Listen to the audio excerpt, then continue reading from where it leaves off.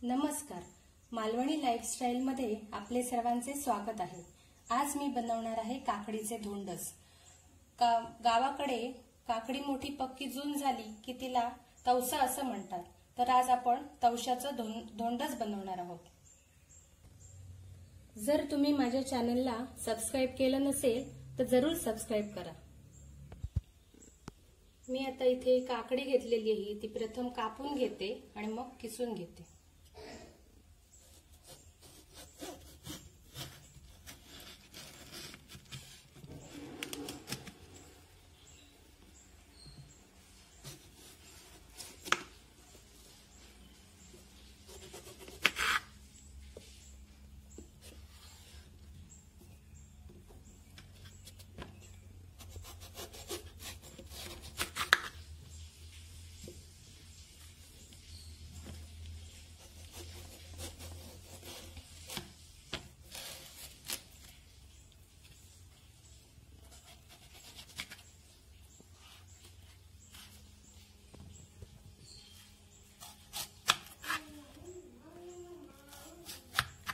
आपण आता त्याचे असे तुकडे पाडून घेऊया।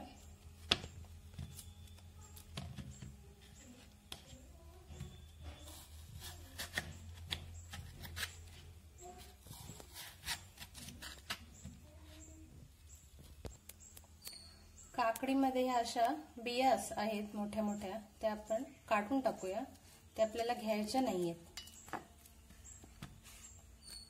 या बघा, या अशा मोठ्या बिया असतात पक्क्या झालेल्या, त्या सगळ्या काढून टाकायच्या।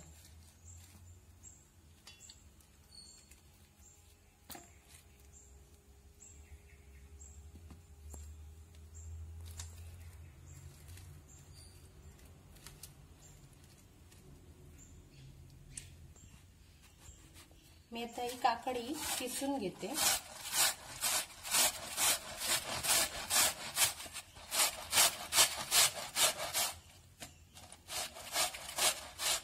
याची जी साल आहे वरची, ती पण आपल्याला घ्यायची नाहीये, ती काढून टाकायची।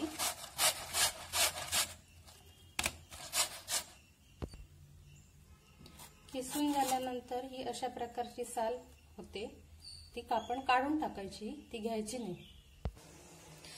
तवसाच्या धोंडसासाठी लागणारे साहित्य मी आता इथे घेतलेले आहे। 2 वाट्या गूळ घेतलाय चिरलेला, चिमूटभर हळद, जिरं, काजूगराचे तुकडे, तूप, मीठ, थोडंसं ओलं खोबरं घेतलंय आणि केशरी रवा घेतलाय। थोडासा जाड रवा आहे, बाजारात केशरी रवा म्हणून मिळतो, तो 2 वाट्या घेतलाय। गॅसवर मी आता पॅन तापत ठेवलेला आहे, त्याच्यात मी तूप घालून घेते 2 चमचे।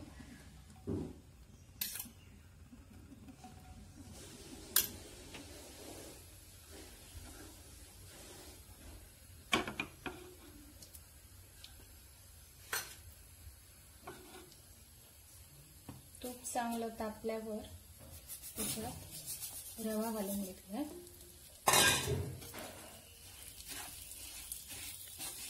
तर रवा भाजून घेतो।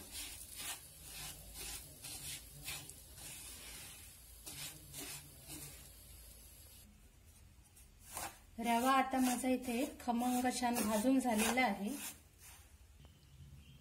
रवा आता मी इथे भाजून घेतलेला आहे आणि काकडी पण माझी किसून झाली आहे। एक मोठं भांडं भरून काकडी आहे। तर इथं काकडीचा जो किस आहे, तो घेताना जे पाणी असतं ते पाणी सोबत घ्यायचं, ते पाणी टाकून द्यायचं नाही, त्याच्यामुळे आपलं जे धोंडस आहे ते जास्त रुचकर बनेल। मिक्सर मध्ये मी खोबरं जे घेतलंय ओलं, ते ओलं खोबरं, थोडंसं जिरं आणि थोडी हळद किंचित, हे सगळं आता मी वाटून घेणार आहे। जिरं, खोबरं आणि हळद मी आता वाटून घेतली आहे। गॅसवरती आता मी भांडं ठेवलंय, थोडंसं तापल्यावर काकडीचा पाण्यासहित जो खीस आहे तो सगळं घालून घेणार।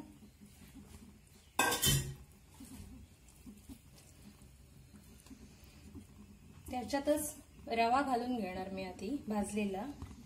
तर आता रवा 2 वाट्या घेतलेला मी, तर तो भाजल्यानंतर रवा थोडा वाढतो. तर आपल्याला 2 वाट्या रवा घ्यायचा आहे. आणि एक मुख्य काय आहे की आपण आता भांडभर किस घेतलाय, तर रवा त्याच्यापेक्षा जास्ती होता कामा नये. थोडा कमी असला तरी चालतो, पण रवा जास्ती घेता कामा नये किसापेक्षा. आता मी त्याच्यात रवा ऍड करून घेते.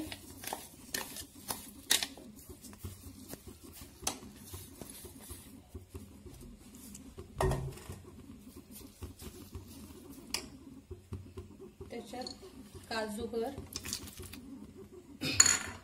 आणि वाटलेलं जे खोबरं आहे ओलं ते पण घालून घेणार.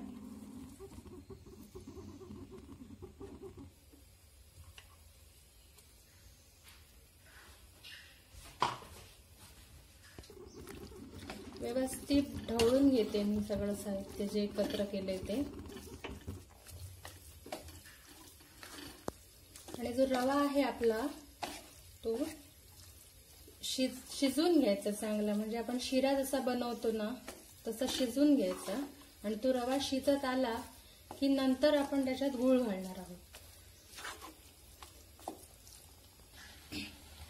चवीपुरतं मी मीठ घालते त्याच्यात.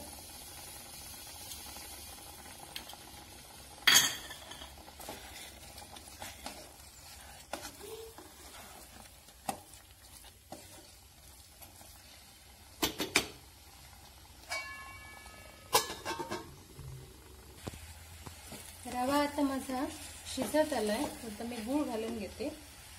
2 वाट्या गूळ घेतलाय.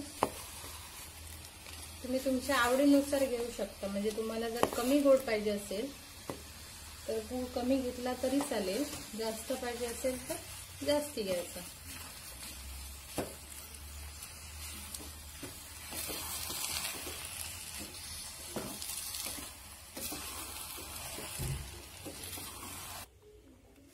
आता हे काकडीचं आणि रव्याचं मिश्रण जे आहे ते चांगलं एकजीव झालेलं आहे आणि सुकलेलं आहे.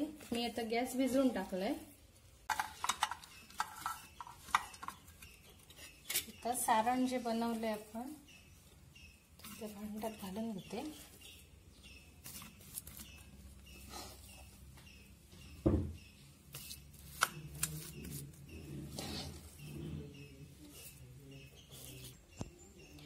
धोंडाच बनवण्यासाठी जे सारण बनवलंय आपण ते मी आता असं गच्च व्यवस्थित डब्यात घालून घेतलंय.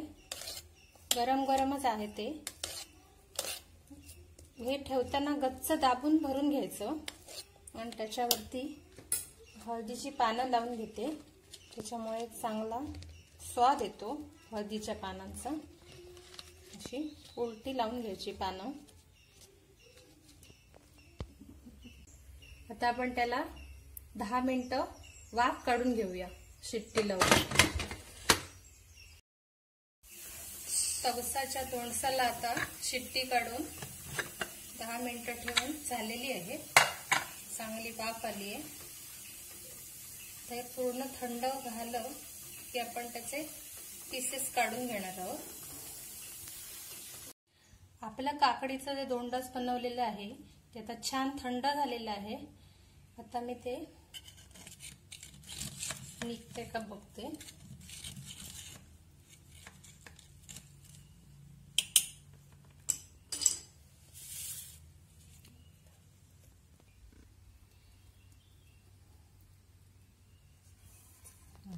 छान पैकी निघालेले आहे. आता आपण त्याचे पीस करून घेऊया. तुम्हाला आवडतील तसे तुम्ही लहान मोठे तुकडे कापून घेऊ शकता.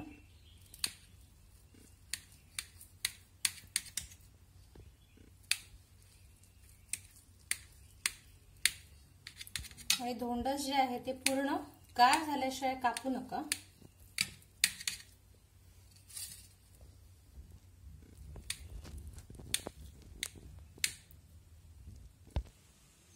आपला धोंडस छान शिजून तयार आहे. यातला रवा पण छान शिजलाय. ही रेसिपी सोपी आणि लवकर होणारी आहे. त्यामुळे ही तुम्ही स्वतः ट्राय करा. माझी रेसिपी कशी वाटली हेही नक्की कळवा. व्हिडिओ जर आवडला असेल तुम्हाला तर लाईक करा, शेअर करा आणि माझ्या चॅनलला सबस्क्राईब करा.